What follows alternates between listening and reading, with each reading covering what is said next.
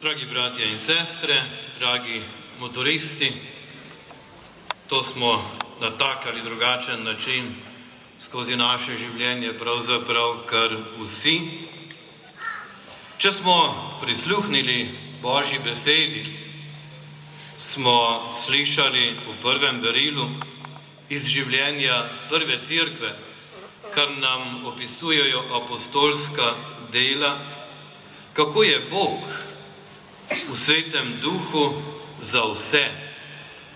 Začudili so se namreč ne le Judje, ki so bili deležni odrešenja, temveč tudi drugi z njimi, ki niso bili Judje, ki torej niso bili do takrat izvoljeno ljudstvo, da so sprejeti. In začudenje je ravno znamenje tega, ko se človek razveseli nečesa, kar se mu je zgodilo več od pričakovanega. In v tem začutimo to neskončno razsipnost Božje ljubezni, ki preprosto pravi, kako je ljubezen Bog, dobrota za vse.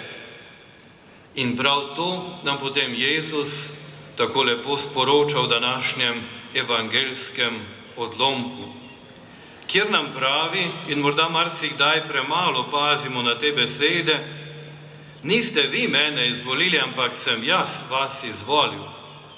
Da je torej Jezus tisti, ki nas je prej ljubil kot mi njega.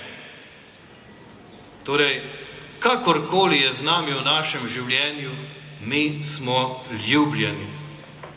In če smo ljubljeni, potem smo torej vredni s svojim življenjem. Je naše življenje smiselno.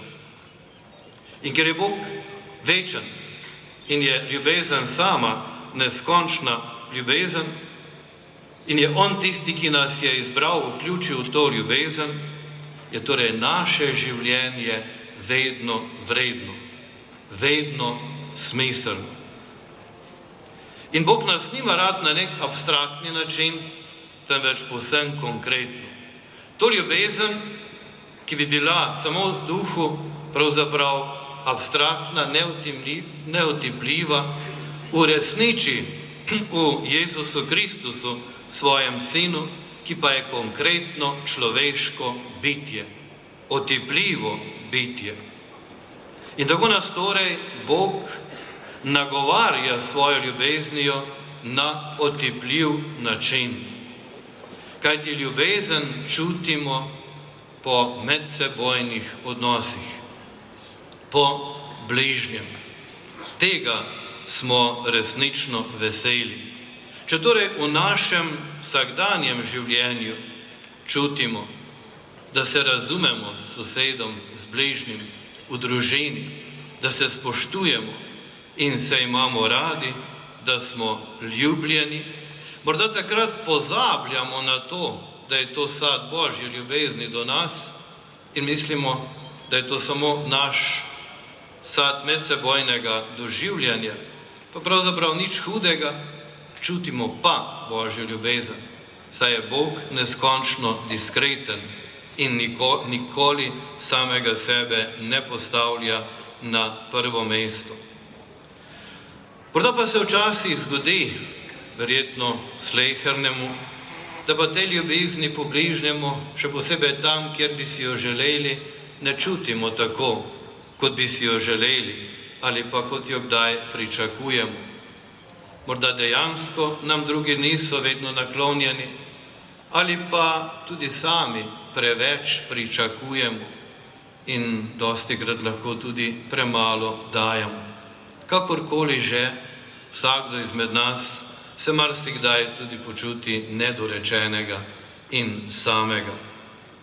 Takrat pa še kako veljajo Jezusove besede iz današnjega evangelija, velja njegovo zagotovilo, da tudi takrat nismo sami. In morda takrat najbolj občutimo, da nam je On blizu. In ko to v notranjosti začutimo, spet zaživimo in lažje vzpostavimo stik z bližnjim. In spet začutimo ljubezen Boga, po bližnjem. Kajti iz ohlajenih medsebojnih odnosov nikdar ne bomo prišli do toplega, prijetnega človeškega sožitja tako, da bomo to od drugih zahtevali, temveč samo tako, da bomo sebe prežarili.